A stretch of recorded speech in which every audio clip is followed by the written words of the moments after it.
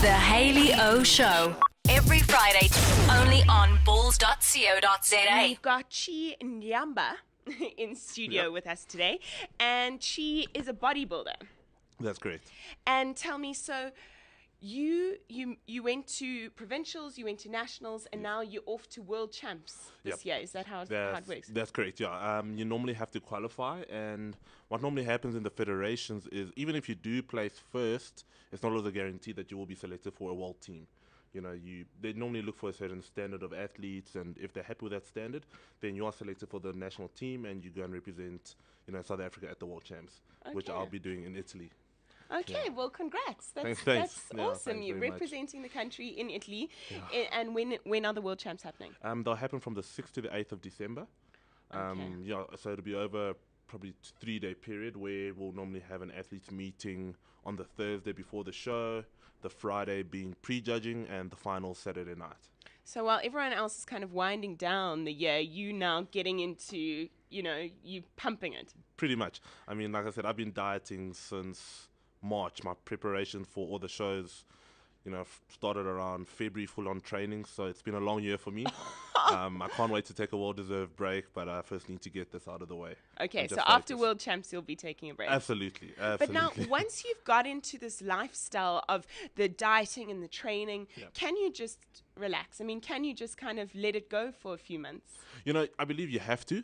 Reason being, your body goes through so much stress when you're getting ready for these shows. Most people don't understand what your body goes through. I mean, the week before the show, you're watering up about 30 liters of water over a 4 or 5 day period. Then you're being dehydrated for another 24, maybe 36 hours.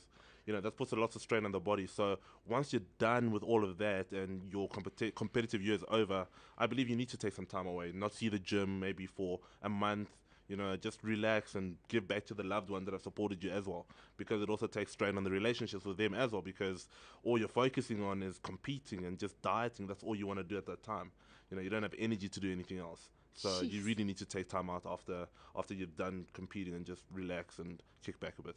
Sure. So now you've said how leading up to these competitions, you put your body under a lot of strain. I saw on your Twitter feed you had a tweet saying, "I've been working so hard, doing 5 a.m. cardio, eating shit food, and put my body through pain. That has taken nothing but passion and drive." So you literally just have to have commitment, passion, drive. Take us through the process now leading up to World Champs, the training that you'd be doing daily and the diet you'd follow. Okay, well, on Sunday, I started getting back on diet on Sunday and started training full out again. Okay. Obviously, I've got now 6 weeks period. So I tried, while I was taking time off, the 2 week time that I took off, I tried to just eat a little bit healthy. I also need to have a bit of junk food. I mean, you got to give me a break. I've been dieting for about 5 months. He was having a Red Bull on the weekend. Exactly, and that was like a cheat for him. So I had to just take a bit of time off. But from Sunday, I started training back on Sunday again, lowering my calories again, and just getting back into my training. As of next week, I'll be back with my training partner, Andrew Roth. He's a multiple champion in Gauteng. He's been to IFBB Nationals numerous times. He will be helping me again with my prep, as well as my coach, Derek Donker, who monitors my food, how I'm feeling in terms of on a daily basis, how I look. He's a very good nutritionist, and in terms of the body, he knows when I'm too flat, if I haven't had enough carbs, if I need more carbs. So I'll be working very closely with him. Really regimented. Yeah, no, it is. It's a big regiment. So tell us, have you been in the gym this morning already? I have. For how long? I was in the gym at 5 o'clock this morning doing cardio for about 40 minutes. Okay. And then it'll be night training again tonight at about 6 weight training. I'm doing chest and calves today. Chest and calves today. So how long will you do chest and calves for? Chest, we can normally finish it in about an hour. Just on your chest? Just on your chest, about an hour. Okay. Calves, probably about half an hour. And if need be that I need to do posing, just to practice for getting posing fit again, I will probably pose for maybe 15 to 20 minutes just in one of the studios and just do a bit of posing. Yeah. In front of them. And I mean, so there's certain poses you have to do in the competition? Absolutely, yeah. They're actually called mandatory poses. I think there's about 5 or 6, I can't remember on hand. I can go through them quickly. I mean, there's your front double bicep. There's a lat spread. Show us the pose for the front double bicep. For the front double bicep, it's literally feet together. The judges would normally like your feet together and arms up. So that'll be your front double bicep. Okay, while we're doing that, I've got a tape measure here. Yeah. I'm going to measure your bicep. Let's do the first pose. That's funny because I haven't measured my arms since I was in grade 10. So this will be interesting. Let's have a look. Are you against measuring? No, arms? not at all. I mean, I just haven't done it since grade 10. A lot of people do it for an ego boosting thing. Like I got over that a while ago, a long time ago. But if you'd like to measure, not a problem. We're just going to make all the other guys listening feel a little small. Oh, shame. Sorry, guys. A little bit, shameful. So, okay, hold up. Cool. Let's hold it up. No, for the camera to see. Okay. No ways. Is that really 50 centimeters? 50 centimeters. I think Not too everyone bad. listening, hold up your arm. I mean, I can get like my 2 fingers around my bicep. 50 centimeters. I mean, Not too bad. not too bad. Okay, so that's the one pose. Yeah. Then you have what is called a lat spread. What I'm doing. If you can see the picture showing up now at the moment, guys, that is what I'm doing in that pose. That's Okay. called a lat spread. And where's that picture taken from? That was from the national show that I did 2 weeks ago. I mean, Yeah. look at those. I mean, I didn't know those muscles in your legs existed there at the front. Yeah, they do. For me, I feel my legs are a very weak point for me, so I really need to work extra hard on them. I am getting there slowly but surely. But Clearly, your arms and your chest are a very strong point. Yeah, my strong points are definitely my upper body as well as my hamstrings. When I turn to the side, it seems I do very well in those poses. In my side chest as well as a side tricep shot, I seem to do very well in those poses and score some good points there. What gets you points? The definition of muscle. It's a whole list of actually factors that go into you getting the points that you need. First of all, the judges will look for your aesthetic appeal. Are you symmetrical? Your muscle maturity, your density of the muscle, as well as the overall conditioning. And when I say conditioning, meaning how lean you are your glutes striated? Do you have a tight midsection? Do you have a small little waist? So do you have to have a tiny little waist? Because I can see all of you guys, it kind of... Yeah, what like that a V. does, it creates the illusion of having that V taper.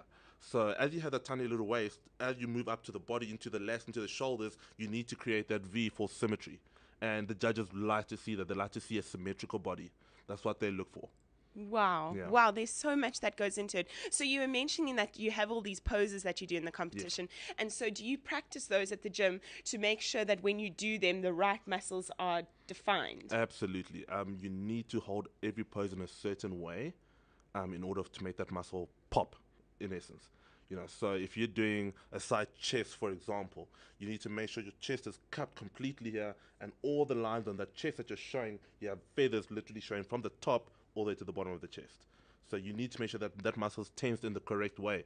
You don't tense in the correct way, you're not going to get those lines, you lose the points. Wow. Yeah. Okay. This is fascinating to me. I hope you're enjoying listening to Chi. He's a bodybuilder that's off to World Champs in December. We'll hear a little bit more about this intense lifestyle after this. Before I posted last year. So you can choose the music you want to post. Yeah, you can. Normally they look for about nothing over 90 seconds. After that, the judges get a little bit agitated. You're becoming a showboat, so get off stage. All right, but now I read a little bit on your Twitter feed about the diet that you have to follow. So now tell us, leading up to the World Champs, what is this diet that you're going to have to take? Okay, for me, I try and what I do is something called a carb cycling, where I have low, medium, and high carbs. So my low carb day being 3 cups of rice, and medium being 4, and a high being 6. For my protein sources, I normally use chicken, steak, and fish. The last week of the show, I only eat fish before I start carbing up, which is a Thursday and a Friday. So is it because fish, what makes your muscles... Because it's such a light protein source, because it's so light and doesn't hold as much fat as chicken or steak, you start getting harder and drier much faster. So we literally use it for a depletion process. And when I say depletion, in essence, you're trying to deplete the muscles of the glycogen stores for about 4 to 5 days. And then what you do a bounce back effect by carbing up, taking in high fats. Some people don't like to do the high fat. Some people just like to, take in more brown rice and steak or white potato. So you carb up just before the show? You do. I need 48 hours, yeah.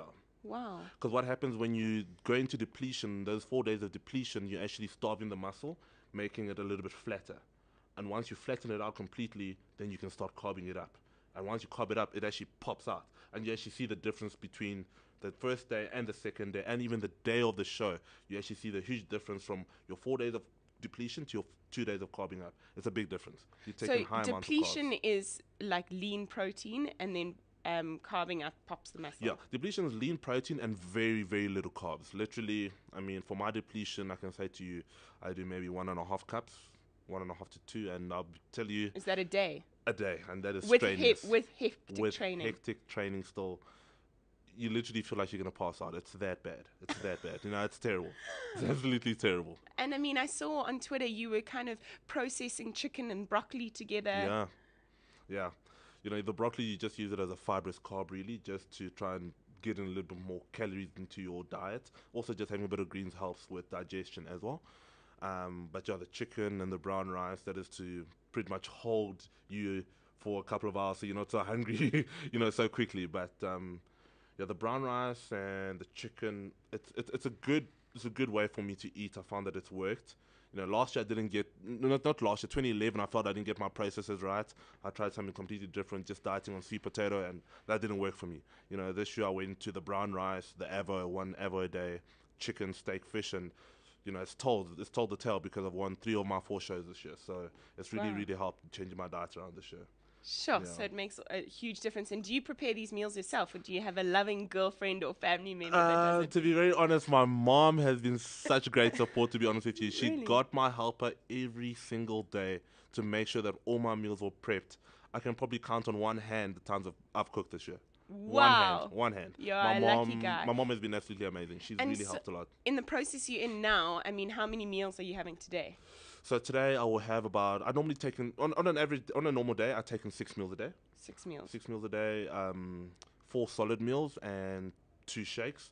I've been very lucky to be sponsored by USN since 2010. They've been my sponsors, so I normally use just their shakes. You know, That must and be a I use huge whey help protein. going through so many shows. Absolutely, you know, they've really backed me the whole way. You know, they've helped so much. You know, my sponsor manager, Jacques Fagan, who's actually competing in Mr. South Africa in about a month's time. You know, they've really helped me a lot in terms of my supplementation, and hopefully now they'll be sponsoring me to go to Worlds as well. Oh, Yeah. brilliant. Okay, so World Champs is coming up in December, and how are you hoping to do in World Champs? It's going to be my first World Champs, so I'm looking to at least place in the top 6. Yeah, I know you guys are probably saying, why are you setting your standards low? Let me just explain. World Champs is a whole different league to competing domestically. Anybody who knows who's been to World Champs, I mean, you can go ask guys like, you know, big bodybuilder names in the country at the moment, guys like Andrew Hudson, guys like Kobus van der Merwe, Vusi and Gisane, they will tell you World Champs is not a joke. You know, to go there and just to place is a big achievement in itself. So for me, I would say I want to place in the top 6. If I place higher, you know, I'll be absolutely ecstatic. I'll be happy. And is that what gets you through these training sessions on an empty stomach, and the early mornings and the discipline? And it is, you know, people would look at you and say, why the hell are you waking up at 5 in the morning to go do cardio and then training again at 6 in the evening, eating that type of food?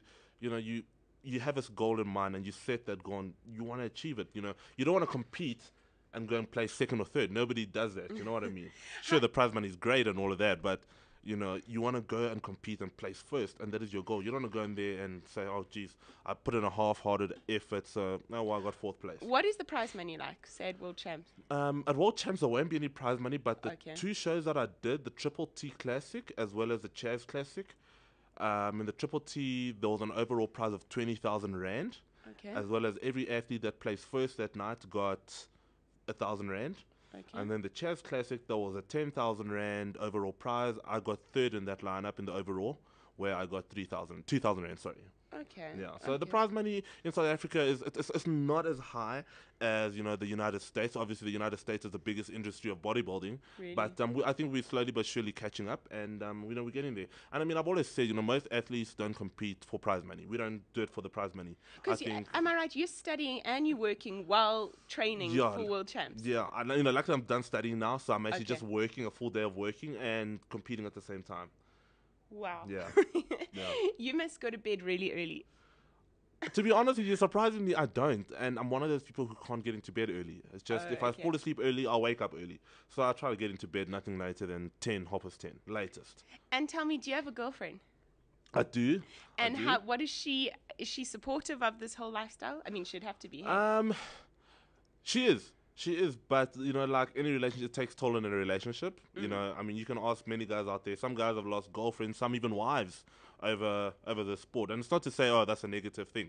It's just I believe certain partners don't understand, what you're going through at that point in time until they try it. Then they will understand. But my girlfriend has been very, very supportive. To be honest, she has been extremely supportive, helping with meals. Is she into bodybuilding at all? She trains herself. She's not into bodybuilding, and I've always said to her, I wouldn't want her to compete because I just know what I go through, and I don't want her to go through the same thing. But she does train. You talk about the hardships you go through, but you do know you've chosen to do this. Absolutely, absolutely. It's a personal choice, and I know. People always say, geez, like, well, you're struggling. Look at your eyes; they're all red. What's going on? It's like, yeah, I'm tired, but this is what I love to do. Sure. It's what I love to do. And tell me, now it's easier for guys to get away with muscles like yours, but what do you think of girls? Do you find it attractive when girls are very, very muscular and competing in their little bikinis? At the moment, it's a big talking point in the fitness as well as the bodybuilding industry. They're actually, this year, the Mr. Olympia, I'm sure most people know this show. It's the biggest show in the world. Mr. Olympia. Yeah, Mr. Olympia. There's a Mr. and Mrs. Olympia. The bodybuilding division is actually, this was the last year that's actually going to be at this show. They're taken completely away. Now, for me, I've always said, me and my friends have talked about this many times. There's a borderline. So they're taking women out of the competition? In terms of bodybuilding, they do not want bodybuilding women anymore. For that, they will keep the fitness. Contentious. Yeah, they'll keep the fitness, they'll keep the bikini, they'll keep the physique divisions for the women, but bodybuilding is being removed, as far as I know. But for me as a guy personally, look, it's always nice to have a girl that looks great. You know what I mean? You don't want to. I mean, look, I'm not going to be nasty at people. I'm just going to say it as it is. You want somebody who looks good. You do. But also, there's a borderline. You don't want somebody with too much muscle. Somebody. I mean, I'm sure no guy wants his girlfriend bigger than him. But in a way, I can kind of understand why they're taking women out of the competition because, I mean, guys have testosterone. They can get a lot bigger than women. Yeah. Women surely have to take other things to build that muscle, which isn't safe. And naturally, women are not supposed to have Absolutely, muscles. And I totally agree with you. It takes away from their femininity, if you ask me. It takes away from it completely. I would just worry about the danger of what they have to do to get those muscles that they can't naturally produce. Exactly, yeah, because you're right. They don't have testosterone. They got, you guys have estrogen. So, in essence, they'll actually have to take testosterone to actually build that muscle, to build those muscles. And it looks completely unattractive. Female bodybuilding, for me, I'm sorry to say, but, no disrespect to anybody in South Africa doing South African bodybuilding, in terms of women. But for me, it's something I wouldn't want to have. In terms of the fitness and the bikini and the physique lineups, well and great. Those divisions are great. Well, you can let us know what you think. You can tweet me, Hayley Owen SA, if you've got any questions for Chi or any comments on what we're discussing here. We'll have a little bit more from Chi. Let's play some music, though. Haven't heard this song in a while. It's Life is a Highway. You're listening to the Haley Show on Balls Visual Radio. Having a fascinating chat with Chi here, who's going to go and represent South Africa in the World Champs of Bodybuilding in December. I met him on Saturday night, and apparently I'm quite lucky because it was your second night out this year, or since April. That's correct, yeah. You just don't have the energy the to energy's jaw. just not there, no, not at all. I mean, I can go do dinners and stuff like that, but the energy to party is just not there at the moment. Impossible. Yeah, impossible. Impossible. Like I say, your girlfriend, you're a lucky man. Yeah, that's true. Very true. And now, if you can see the picture that we have up on the screen, you'll see there's 5 hunky guys there raising their... What pose is that? That's the front double bicep. Front double bicep. So now you won this competition, am I right? I did, yes, I did. So now... Can you tell us what made you stand... Because to me, I just see muscle. What made you stand out there? Okay, if I have to look at that and judge it for myself, definitely I can see that I'm the leanest of the athletes in that lineup. In terms of muscle, the leanest in terms of muscle definition. Yeah, muscle definition and lowest body fat, I can say that. In terms of symmetry, I can say that I've got probably the smallest waistline there. Yes. As well as the big lats and the big arms flowing through, giving me that V taper. And just in terms of overall conditioning, I can say that is what actually won me that show. That my overall Okay. No, that conditioning makes sense. was the best for that night. Yeah. You guys must be very comfortable in a Speedo. More more comfortable than most guys in a Speedo. Absolutely. I mean, she's just like, well, I'm not gonna go wear a Speedo to the beach. Trust me on that. Okay. You know, I have to do it because that is all you're allowed on stage. Just a little Little Speedo. I mean, look, they're not so little. Come on. They little. They're not so bad. And tell me, I was surprised to see that even the black guys, they tan up and you shine up, hey? Yeah, absolutely. The tan that I used, that I actually like to use, is actually called Dream Tan. Okay. Now, what the Dream Tan does is gives you that bronzy look, like pretty much like a sandal or like a statue, pretty much, and it gives you that look showing more of the definition on the muscle. If I had to come on stage without the tan on, sure, I'd look good, but you would start to miss some of the enhanced definition that I would have. That tan helps to create that visual look that, okay, he actually has those lines, because without it, you sort of lose those lines. And it's not to say it's something that you use to cheat. It's not. It actually shows off your hard work that you've actually produced through the year and getting ready for your show. So these guys haven't been in tanning beds for days. It's all like a self-tan application. Yeah, some of the guys have used tan. In fact, most of all of these guys use tan. There's just different types of tans. The other three guys have probably used something called Pro Tan. I don't generally like to use it. Only reason is you have to do quite a lot of coats. Some guys also like to use Jantana. Also, that's very, very difficult to apply. You have to get it right. Otherwise, you get lots of Dream blotches. Tan is your brand. It's I think it's a tan to use. I don't think anybody would agree with me. Dream Tan is probably the best tan. It's just for the IFBB. It's disallowed, and you're not allowed to use it anymore, making us only use either Dream Tan, using Pro Tan or Jantana. Wow. Yeah, because it's a wipe-off tan, the IFBB has started to remove it from their competition. So you actually have to use another type of tan, making it a little bit harder. So what else don't they allow? I mean, you mentioned that when you compete at World Champs, you're not allowed to take things that dehydrate you. Yeah, what normally happens at some of these World Championships is they do test for what is known as diuretics.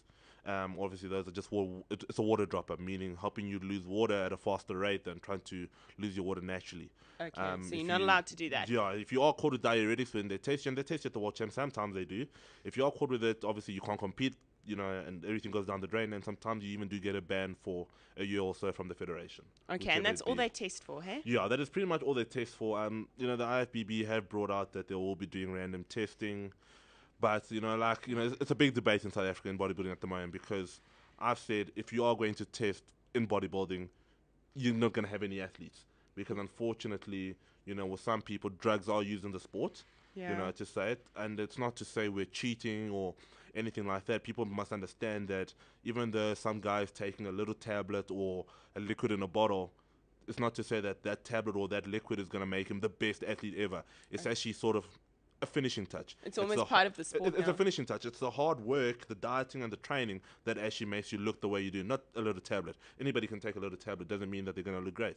Okay. So now, obviously, this isn't something you can sustain your whole life. I mean, surely that's not safe. It's got to become a time and place. And absolutely. I also feel there's a time when I will also have to not give up the sport, but maybe be involved in other ways. Bodybuilding and competing, it takes strain on the body. Definitely does. Not to scare anyone or see any parents trying to stop their children from competing, or they you've heard of bodybuilders dying at ages of 40, 50, purely just because they haven't looked after themselves. I look after myself. I've got a good coach as well as a good training partner. Both of them are very knowledgeable. We do regular blood tests on a yearly basis with big blood tests to make sure that we are healthy and to make sure that we are competitive ready. If at any time we feel we're not healthy at a time, then you take off the time and you let your body heal. Sure. No, I'm glad to hear you do that, because, I mean, you are pushing your body to the absolute maximum. Absolutely, yeah. Well, Chi, it was so fascinating to have you here, and I hope everyone enjoyed hearing about this lifestyle that not everyone knows about. You often see the pictures, but it's nice to see what goes on behind the scenes. Yeah, and absolutely. Thank you very much for having me. I appreciate it a lot. And on behalf of Bulls Radio, wish you all the best in Italy. Thank you so much. And enjoy your time off. I'm going to, trust me, I am going to. A lot of food, a lot of junk food, and a lot of resting, yeah. Oh, well, enjoy, and lovely to meet you. I'm very glad I bumped into you on your second night out this year. Great, thanks a lot, yeah. And we'll keep in touch and follow your progress, maybe chat to you when you're over in Italy. Absolutely. Cool. Awesome. That's Ndyamba, who is competing in Italy this year on behalf of South Africa in the World Champs bodybuilding. The Haley O Show. Every Friday, 10 a.m. to 12 p.m. Only on bulls.co.za.